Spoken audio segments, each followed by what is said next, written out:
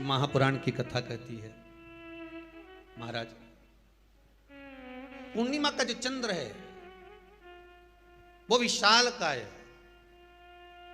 और उस चंद्र की पूर्णता में हमारी अभिलाषाएं भी पूर्ण हो।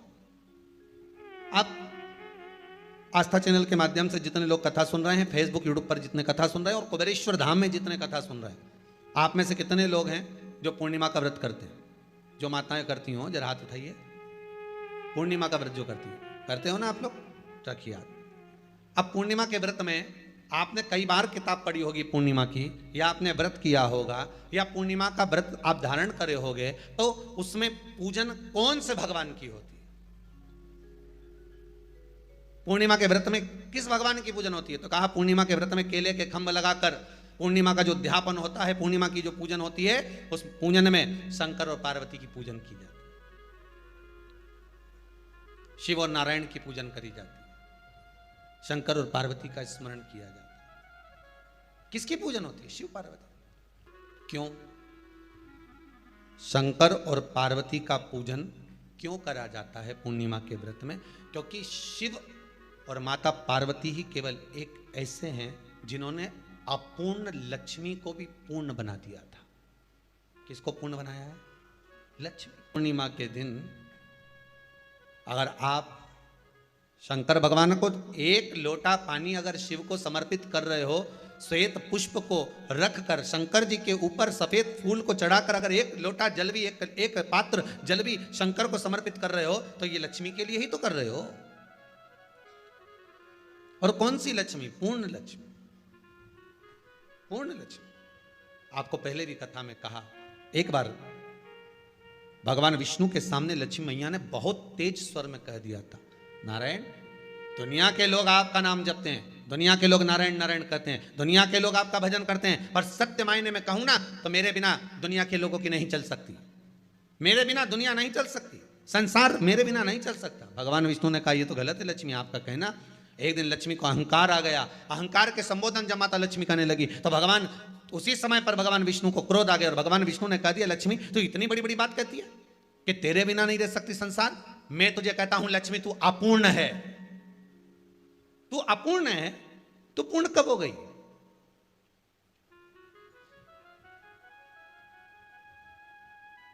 तेरी पूर्णता कहां हो गई? लक्ष्मी की आंख से आंसू बहने लगे। आज आपने मुझे अपूर्ण कहा है, आपको मालूम है आप मुझे अपूर्ण कह रहे हो? आपको ये ज्ञात हो रहा है आप मुझे अपूर्ण कह रहे हो? भगवान कहते हैं हाँ लक्ष्मी मैंने तुझे अपूर्ण कहा है। अपूर्णता का मतलब आप जानते हो ना? भगवान कहते हैं लक्ष्मी मैं सब जानता हूं। लक्ष्मी रोती हुई माता सरस्वती के पास पहुंच गई। सरस्वती ने पूछा क्या बात है लक्ष्मी, क्यों रो रही हो? लक्ष्मी जी ने कहा क्या बताऊं सखी, मेरे पति ने आज मुझे अपूर्ण कह दिया है। तो क्यों रो रही है तू? अपूर्ण अगर कह दिया, पति ने ही तो कहा है ना, तो क्यों रोना? चल मेरे साथ में। और सरस्वती मैया माता लक्ष्मी को लेकर सीधे पहुंच गई माता पार्वती के यहाँ। माता पार्वती के यहाँ जब पहुंची है, माता पार्वती जी ने लक्ष्मी जी को देखा और सरस्वती को देखा तो पूछा कि बात क्या है, क्या हो गया ऐसा, क्या हुआ, क्या है ऐसा जो तुम दोनों आज मेरे पास में आई? क्या हुआ? पार्वती जी कुछ बोलती, शिव जी का ध्यान माता सरस्वती की ओर और लक्ष्मी की ओर गया और भगवान शंकर जान गए कि आज भगवान नारायण ने लक्ष्मी जी को अपूर्ण कहा है।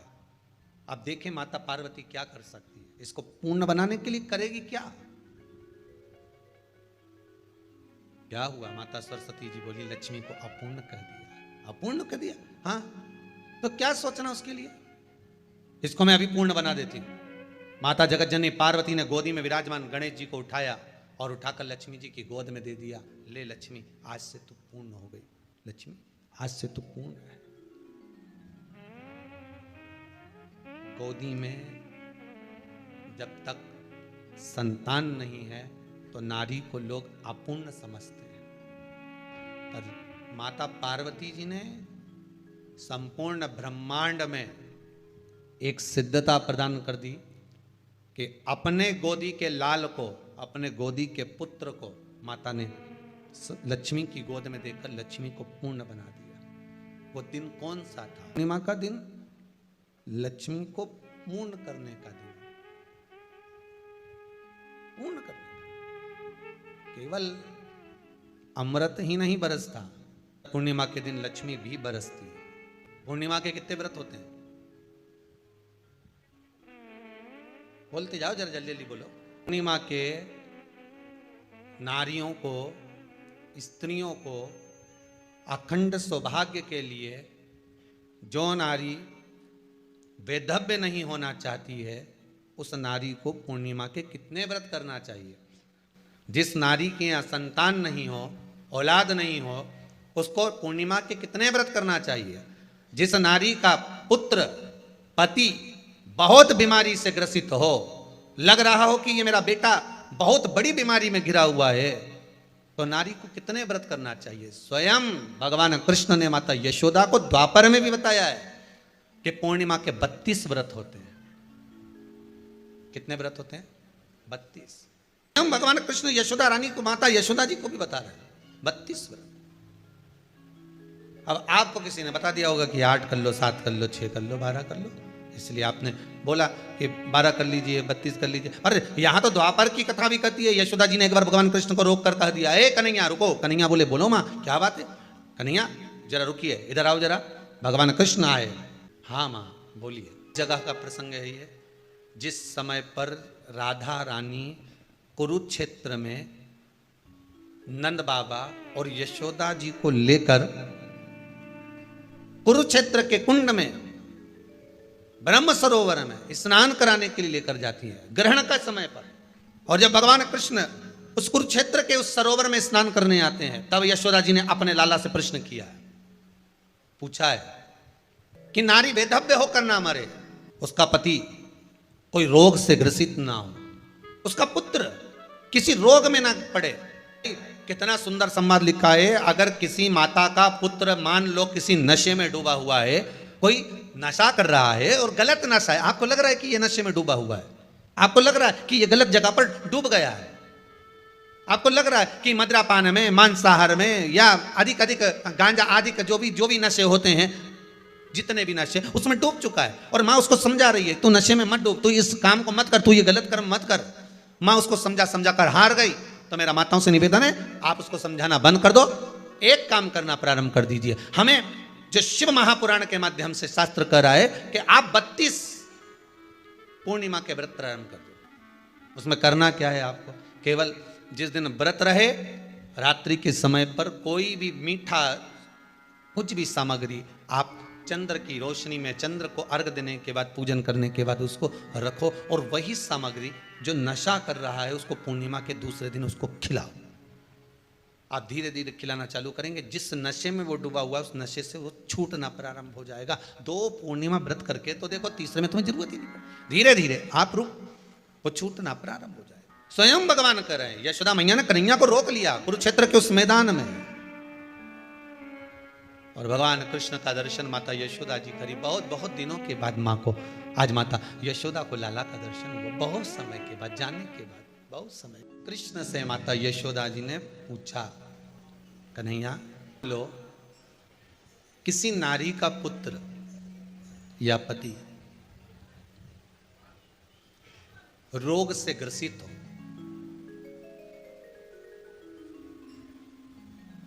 उसके पति की या पुत्र की आयु थोड़ी सी हो, तो हे कृष्ण, उस नारी को कौन सा व्रत धारण करना चाहिए या किसकी पूजन करना चाहिए? ये कुरुक्षेत्र की भूमि का संवाद है।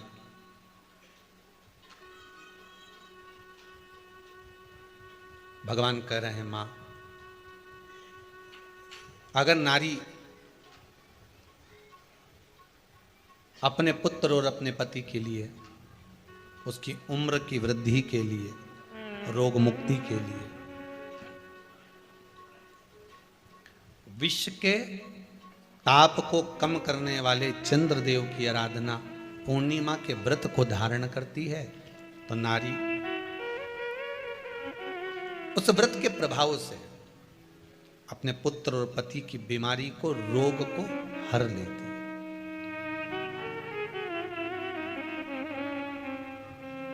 रोग का हरण कर लेती।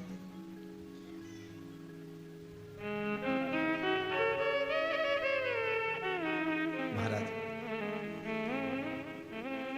जो बच्चा बुद्धि से विकलांग हो, विद्या में कमजोर हो, परीक्षा हॉल में पेपर देते समय भूल जाता हो, वे एक काम ना करता हो, तो निवेदन है किसी भी पूर्णिमा की रात्रि को 12 बजे गाय के, गौ माता देसी गाय के जो 4 थन होते हैं, उन 4 थन में से जो आगे के थन होते हैं, 2 पीछे की ओर होते हैं, 2 आगे की ओर होते हैं, तो जो आगे के 2 थन हैं उस थन का दूध निकलवा लिया जाए और उस दूध का कोई भी मीठा पदार्थ बनाओ तो ठीक है, ना बनाओ तो उसी दूध में शक्कर मिलाकर पूर्णिमा की रात्रि को, जो विवेक से कमजोर हो, बुद्धि से कमजोर हो, या याद करा हुआ सब भूल जाते हो, या आपके लिए भी है कोई चीज रखते हो भूल जाते हो, विवेक याद नहीं रहता, बुद्धि में इतना प्रबल बल नहीं आ पाता, याददाश्त कमजोर होती चली जा रही, तो किसी भी पूर्णिमा की रात्रि को 12 बजे गाय के आगे के 2 थन का दूध, उसमें कोई पदार्थ, शक्कर, गुड़ कुछ भी मिलाकर भगवान के चंद्रदेव की साक्षी में उसको पिला दिया जाए। महाराज, बार बार पिलाने की जरूरत ही नहीं पड़ेगी, एक ही बार में काम कर जाएगा और विवेक पूर्ण तरह से कार्य करने लगेगा। इसी गाय के आगे के 2 थन का दूध बड़ा प्रबल होता है।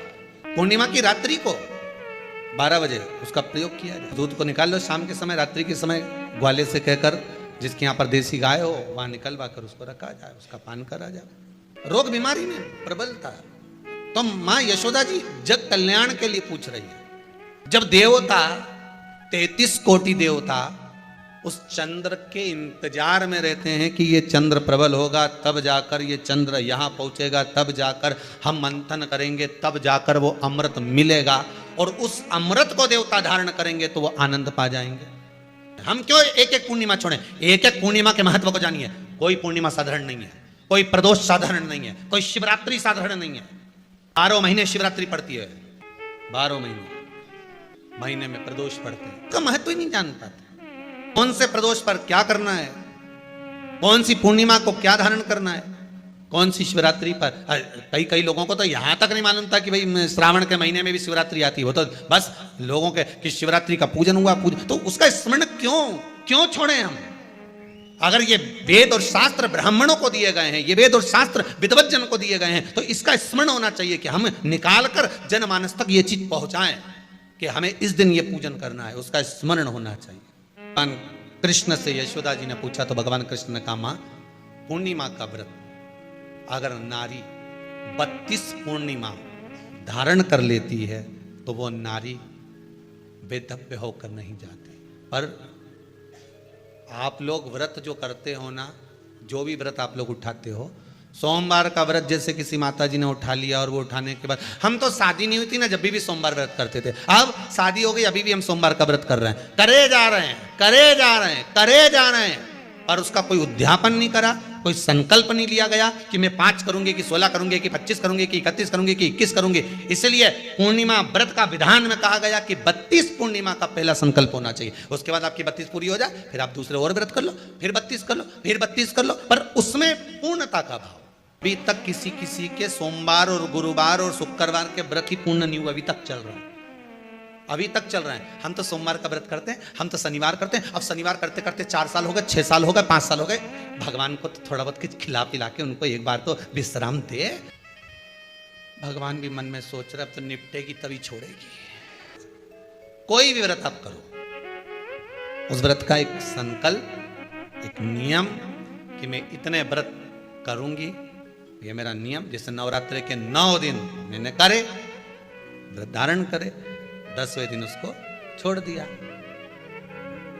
अब तुम तो सोच कर बैठी कि ये मैं 9 दिन धारण कर लूंगी, ने 1 दिन बाद एकादशी पड़ रही है तो 10वें के दिन कौन छोड़े, दशहरे का भी व्रत ये भी कर लूँ, 11 भी पूरी कर लूँ, उसके बाद प्रदोष भी कर लूँ, और प्रदोष के बाद में मैं फिर जो द्वादशी पड़ी, 12 पड़ी वो कर कुरा के इसके बाद ही छोड़ूंगी। थोड़ा सा जिस व्रत को उठाया गया, जिस व्रत का नियम लिया गया है, उस व्रत का प्रदान कर कर फिर उसको थोड़ा सा भाग प्रदान कर कर हमने ये व्रत पूर्ण कर लिए। भगवान हमारा ये व्रत आपकी कृपा से, हे विश्वनाथ, हे शंभु, हे त्रिकालदर्शी, हे कैलाशी, मेरी 26 एकादशी आज पूर्ण आपकी कृपा से हुई है, इसलिए मैं उद्यापन कर रही हूं, आपकी कृपा से कर रही हूं। उसके बाद फिर उठाऊंगी, फिर कर लूंगी, पर आज मैंने पूर्णता का भाव लिया। उद्यापन नहीं करो तो किसी विद्वान ब्राह्मण को घर में बुलाकर अभिषेक पूजन करा लो, उसको भोजन करा दो, दक्षिणा आदि प्रदान कर कर उसको विदा कर दो, उसमें भी सुख का भाग।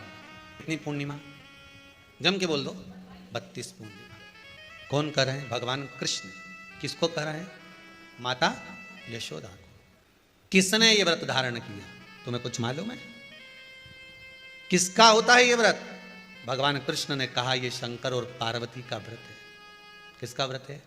शिव और पार्वती का।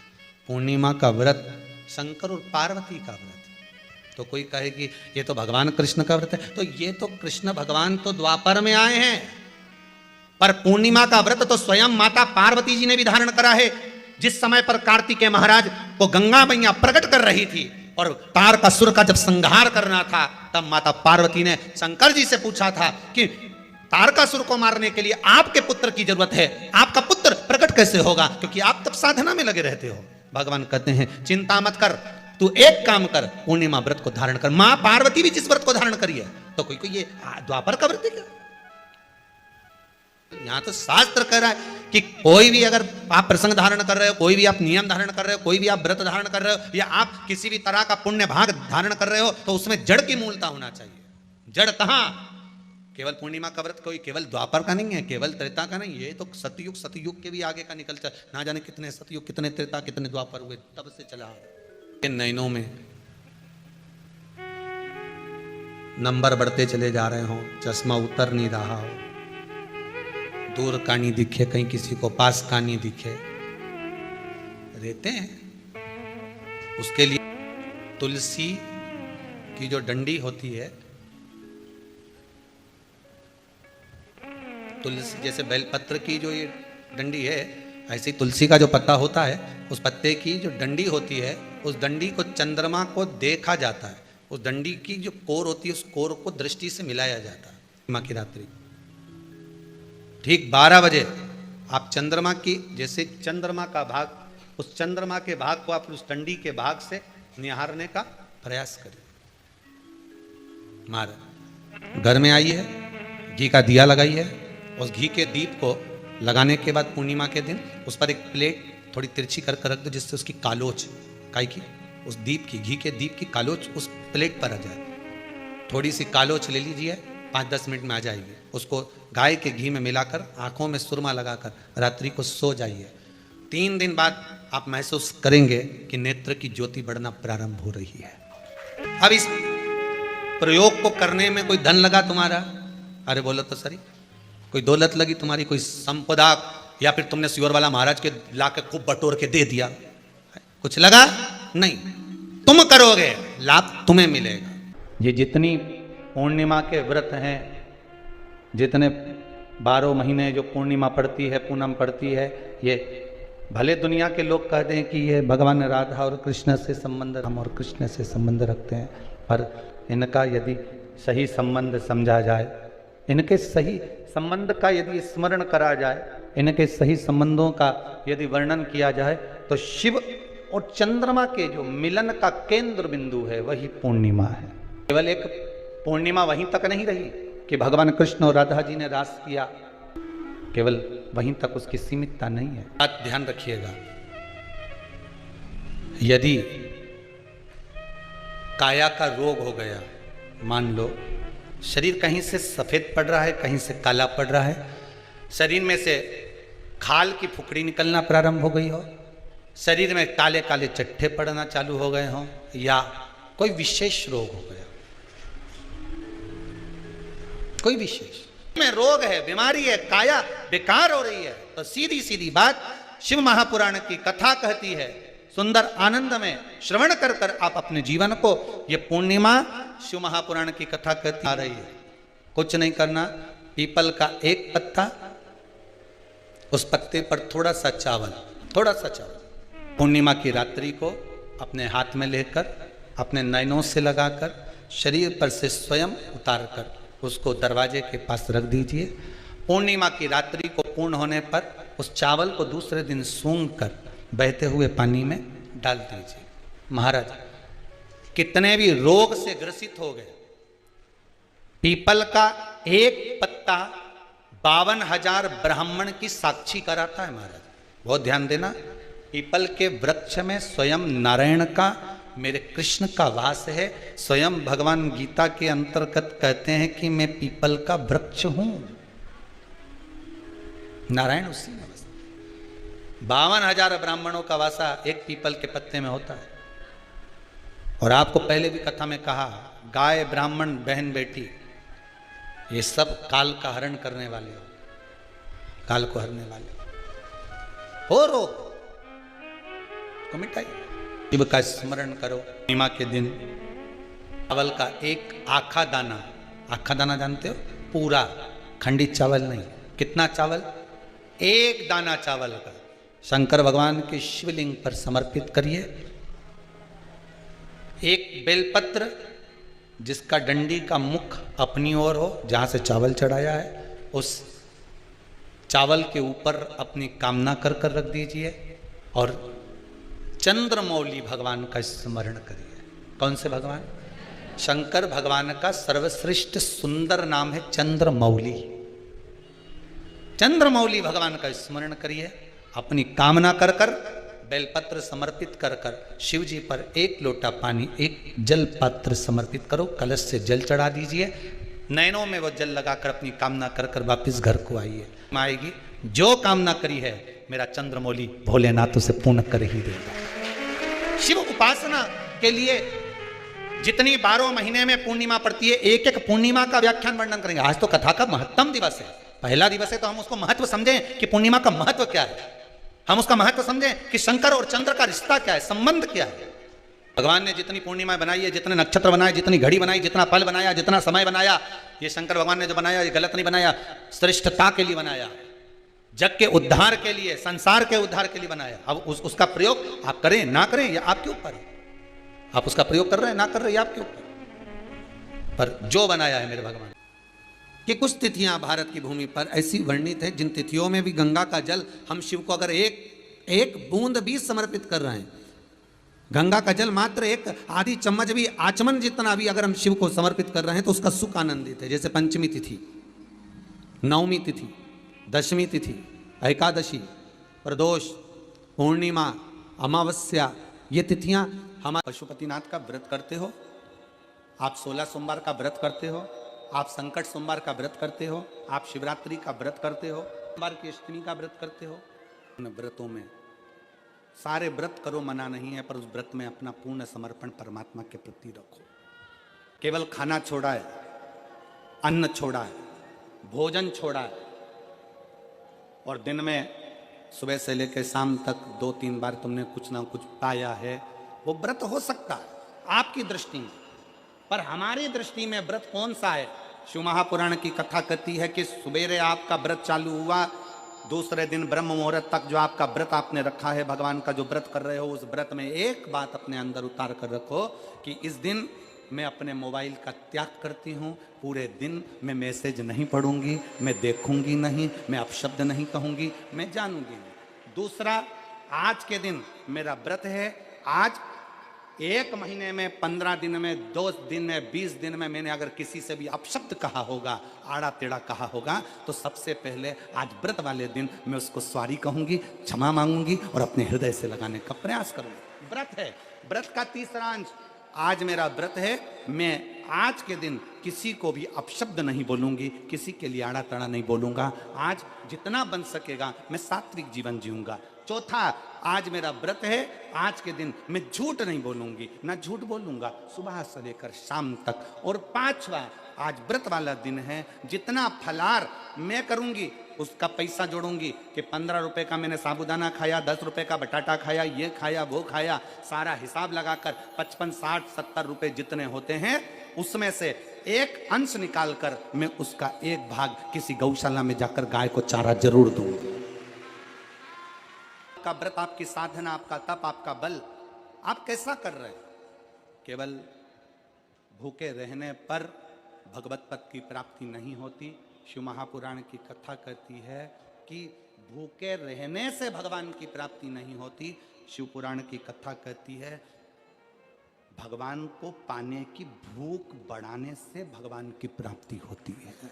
भीतर से परमात्मा को पाने की भूख बढ़ाइए, भगवान को पाने की भूख बढ़ाओ भीतर से।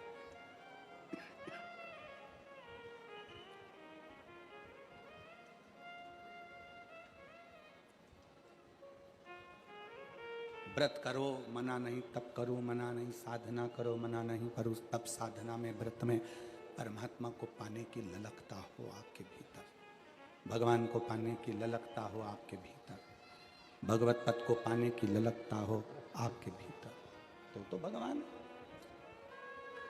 हाँ, पुराण की कथा एक बड़ी सुंदर बात कहती है, व्रत आप करते हो,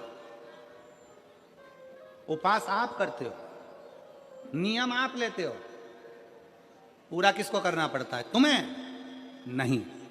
व्रत आप करते हो, उपास आप करते हो, नियम आप लेते हो, और पूरा देवाधिदेव करते हैं, भगवान शंकर करते हैं। बस इतना जरूर याद रखें कि जैसे कुछ प्राप्त हो भी गया तो शिव को धन्यवाद देकर शंकर के दरवाजे पर जाते रहना, यह हमारा कर्तव्य है।